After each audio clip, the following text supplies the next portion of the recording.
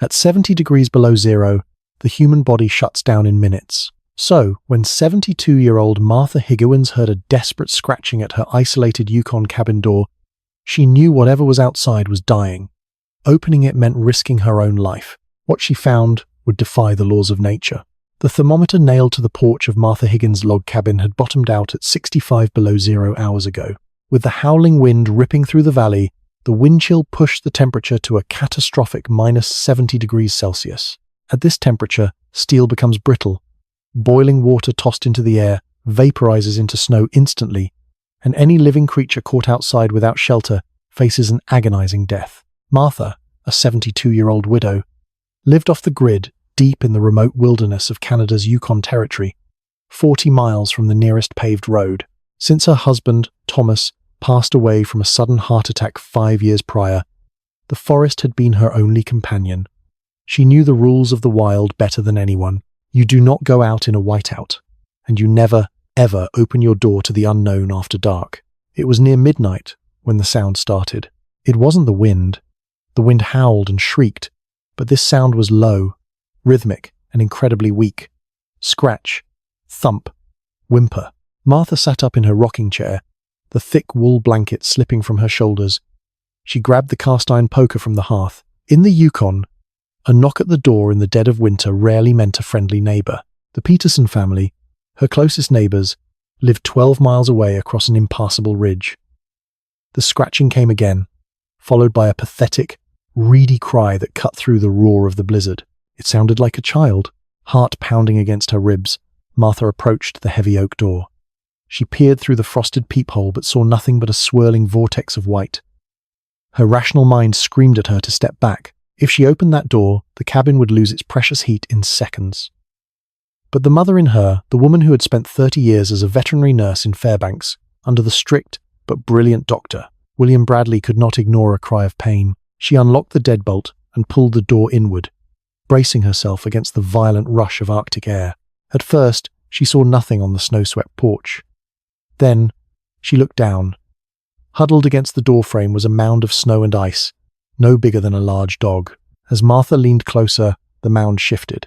A pair of glazed, terrified brown eyes looked up at her from beneath a thick crust of frost. It wasn't a dog. It was a grizzly bear cub. The animal was in the final stages of severe hypothermia. Its dark fur was matted into solid icicles, and its breathing was so shallow it barely moved its ribs. In the wild, grizzly cubs stay with their mothers for up to 3 years. For a cub this young, perhaps only 8 or 9 months old, to be alone in the dead of winter meant something had gone terribly wrong. Panic flared in Martha's chest. Where there is a cub, there is a fiercely protective, 2,000-pound mother. She squinted into the blinding snow, fully expecting a massive, roaring shadow to lunge at her from the tree line. But there was nothing. Only the howling wind. The cub let out one last, rattling breath, and its head slumped into the snow. It was dying right there on her porch. Logic dictated that she should shut the door. Bringing a grizzly bear into a small cabin was a recipe for absolute disaster.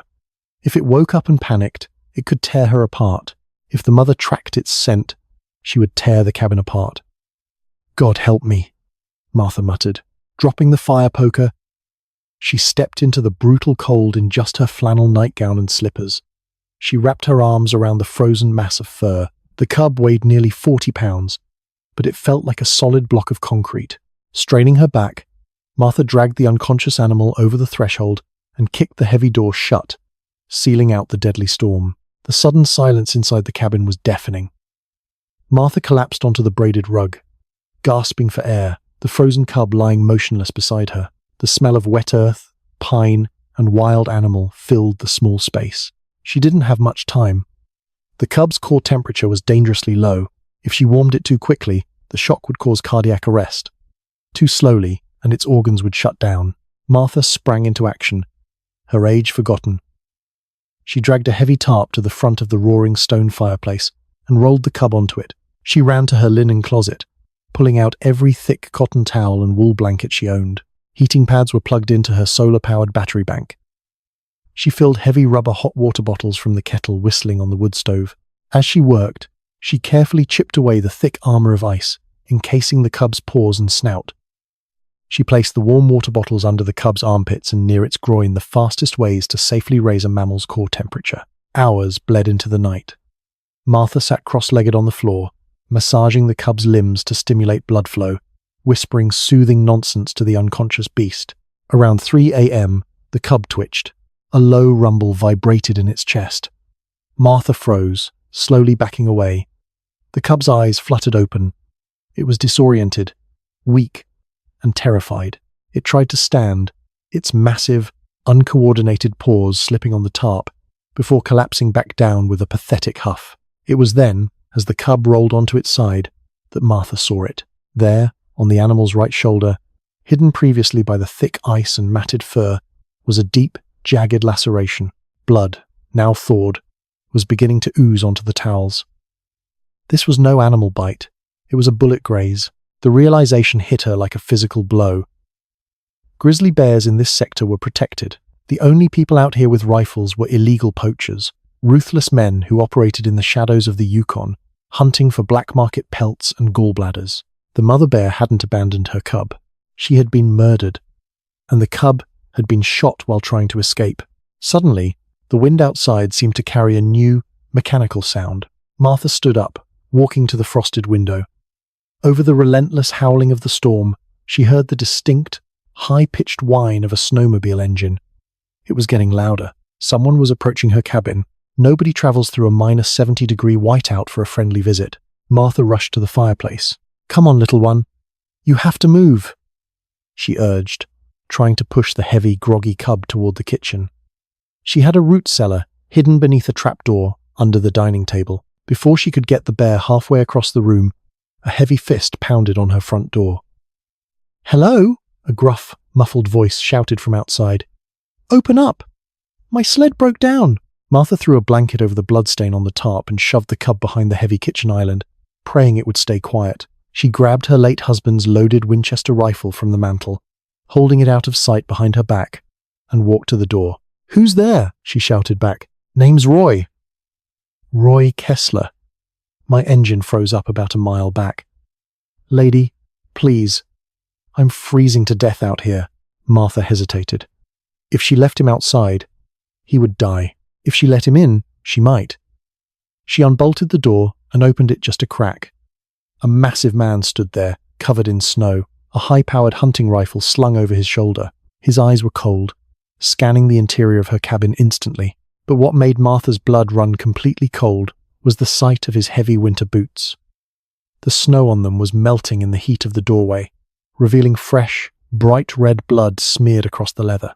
"Thank you, ma'am," Roy Kessler said, pushing his way inside without waiting for an invitation, bringing a rush of freezing air with him. He stood in her living room, a hulking, dangerous presence. Martha gripped the Winchester behind her back, her knuckles white. "Bad night to be out riding, Mr. Kessler," Martha said, trying to keep her voice steady. Roy unzipped his heavy parka, his eyes locking onto the warm towels and the melted ice pooling on the tarp near the fireplace. He sniffed the air. The musky scent of wild bear was unmistakable. A slow, chilling smile spread across his face. "Yeah, it is," Roy said softly, his hand dropping casually to rest on the handle of a hunting knife at his belt. "But I was tracking a wounded dog that ran off. A big one. You wouldn't happen to have heard anything scratching around out here, would you, ma'am?" From behind the kitchen island, the cub let out a low, distinct whimper. The low, reedy whimper from behind the kitchen island hung in the air, echoing louder than the roaring storm outside. The silence that followed was suffocating. Roy Kessler stopped moving. His eyes, previously scanning the room with casual arrogance, snapped directly to the heavy wooden island. The foe-friendly demeanor melted away instantly, replaced by the hardened, predatory stare of a man who killed for a living. He didn't look like a stranded traveler anymore. He looked like a wolf that had just cornered its prey. "Well now," Roy said, his voice dropping an octave, slipping into a terrifyingly calm cadence. "That doesn't sound like a dog, Mrs. Higgins. In fact, that sounds like a paycheck. A big one." Martha's grip tightened on the cold steel barrel of the Winchester rifle hidden behind her back. She calculated the distance between them. 12 feet. Her husband, Thomas, had taught her how to shoot, but she was a healer by trade, not a killer. Still, as she looked at the blood on Roy's boots, blood that belonged to a fiercely protective mother bear who had died defending her baby, a deep, primal anger ignited in Martha's chest. "You need to leave," Martha said. Her voice didn't tremble. It was as cold and sharp as the ice outside. "Right now," Roy chuckled, a dark, grating sound. "See, bear gallbladders are going for $10,000 a pop on the overseas market right now. An exotic buyer in Macau will pay 50 grand for that little monster behind your counter. So, here's how this is going to go, Grandma. You're going to step aside. I'm going to bag that cub, and I'll be on my way." "It's 70 degrees below zero out there," Martha replied, stalling for time, her mind racing through the layout of her cabin. "Your snowmobile is dead. You step back out there with a 40-pound cub. You won't make it 2 miles. I've got a satellite radio in my pack," Roy sneered, taking a slow step forward, his heavy boots thudding against the pine floorboards. "My partner is waiting at the logging road with a heated truck. Now, move." He took another step. Martha brought the Winchester out from behind her back and leveled it squarely at his broad chest. The distinct clack-clack of the lever action chambering around cut sharply through the room. Roy stopped, his eyes widening for a fraction of a second before narrowing into slits. He looked at the old woman, her silver hair wild, her flannel nightgown brushing the tops of her slippers, holding a rifle that looked almost as heavy as she was. "You don't have the nerve," Roy growled. "I spent 30 years putting animals out of their misery, Mr. Kessler," Martha said evenly. Roy's hand tightened on his own rifle. He was fast, much faster than a man his size had any right to be. He jerked the barrel of his gun upward, aiming right at Martha's face. But Roy had made a fatal, amateur mistake, one that a seasoned Yukon survivor like Martha recognized instantly. When Roy had barged into the cabin, he had brought his rifle in from the -70-degree blizzard directly into a small room heated to 80 degrees by a roaring wood stove and boiling kettles. The extreme temperature shift and the humidity in the air from the hot water had caused instant, heavy condensation on the freezing metal of his weapon. "Say goodnight, lady," Roy snarled, and pulled the trigger. Click. Nothing happened. The condensation inside the intricate firing mechanism of Roy's rifle had flash frozen the second he stepped away from the door, locking the firing pin in a solid jacket of ice. Roy stared at his weapon in stunned disbelief. He racked the bolt, frantically trying to clear the chamber, but it was jammed solid. Martha didn't hesitate. She didn't want to kill a man, even one like Roy, but she had to protect herself. She aimed slightly to the right and pulled the trigger. The Winchester roared, the deafening gunshot echoing in the confined space of the cabin. The bullet shattered the heavy cast-iron skillet hanging on the wall mere inches from Roy's head, sending a spray of sharp iron shrapnel into the side of his face. Roy screamed, dropping his useless rifle and clutching his bleeding cheek. Blinded by the pain and the shrapnel, he staggered backward, crashing into the heavy oak front door. "Get out!" Martha screamed, pumping the lever action to chamber another round. Enraged, bleeding, and panicking, Roy didn't try to attack again. Survival instinct took over. He fumbled blindly for the doorknob, wrenched the door open, and stumbled backward into the roaring black maw of the blizzard. The moment the door opened, the wind hit the cabin like a freight train. The force of the gale caught the heavy oak door, ripping it from Roy's grasp and slamming it violently against the exterior wall. The hinges shrieked in protest. Roy disappeared into the swirling whiteout, his screams instantly swallowed by the roar of the storm. Martha rushed forward to shut the door, fighting against the catastrophic influx of Arctic air. The temperature in the cabin dropped 30 degrees in 5 seconds. Loose papers, towels, and rugs were swept into the air by the localized tornado, now raging inside her living room. She grabbed the edge of the door and pulled with all her might. The wind pushed back with the force of a solid wall. She slipped on the snow, now dusting her floorboards. Her slippers providing no traction, her ancient muscles screamed in agony as she fought the door, inch by agonizing inch. Suddenly, the wind caught the door again, tearing it from her freezing fingers. It slammed backward, and this time, there was a sickening crack. The top hinge snapped clean off. The heavy oak door sagged diagonally in the frame, completely jammed. It couldn't be closed. Martha stood in the doorway, the -70-degree wind tearing through her thin nightgown, freezing the sweat on her skin instantly. The cabin, her only sanctuary, was now open to the deadliest elements on Earth. Panic, cold and sharp as shattered glass, pierced Martha's chest. The fire in the hearth was already dimming, the flames blown flat and useless by the violent wind tunnel now howling through the broken doorway. Every second the cabin was exposed, the temperature plummeted closer to the lethal, deep freeze vacuum of the outdoors. She had minutes before hypothermia began to severely cloud her judgment, and perhaps less than an hour before the ambient air temperature inside matched the deadly -70 degrees outside.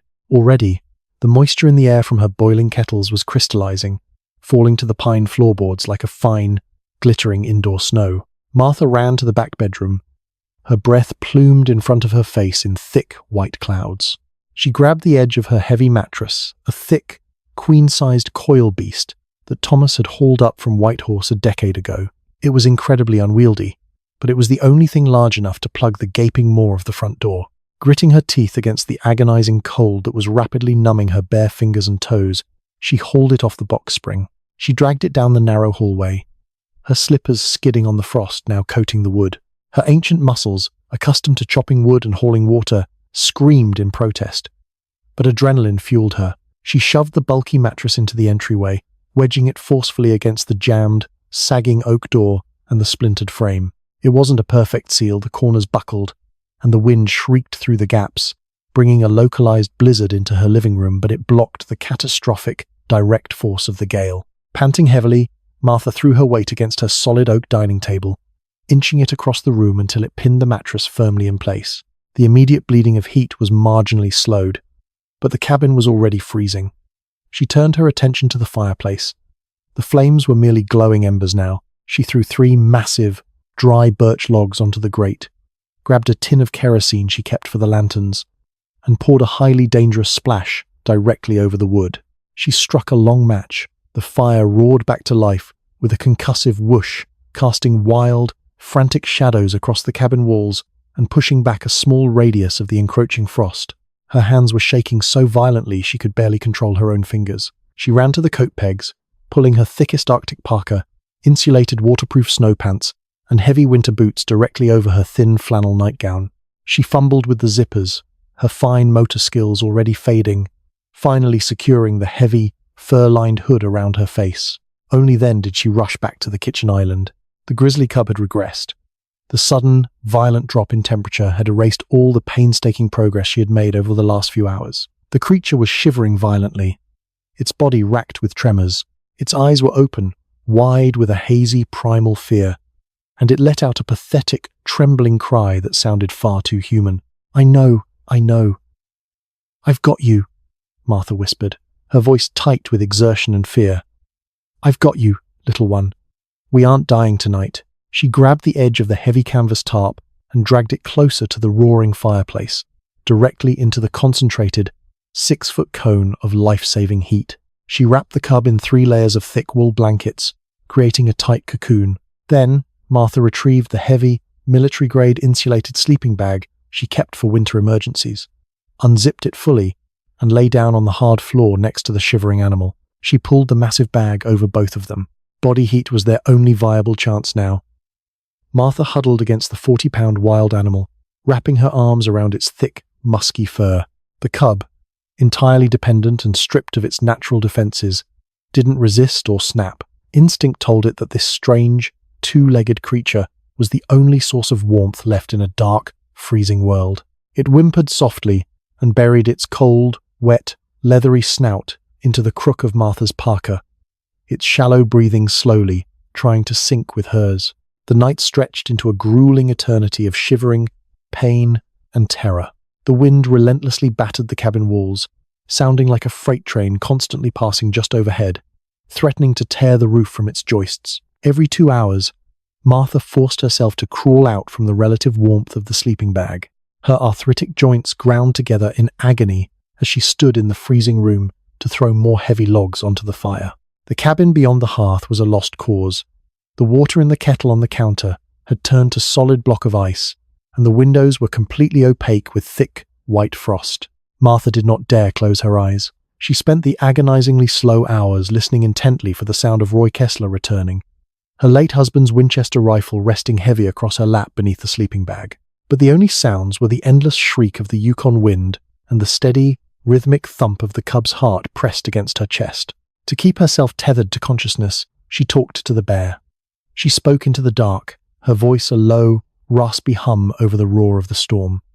She told the cub about her years working at Dr. Bradley's clinic, about the countless broken wings and frozen paws she had mended. She talked about Thomas, about how he had built this very cabin with his own 2 hands, promising her it could withstand the devil himself.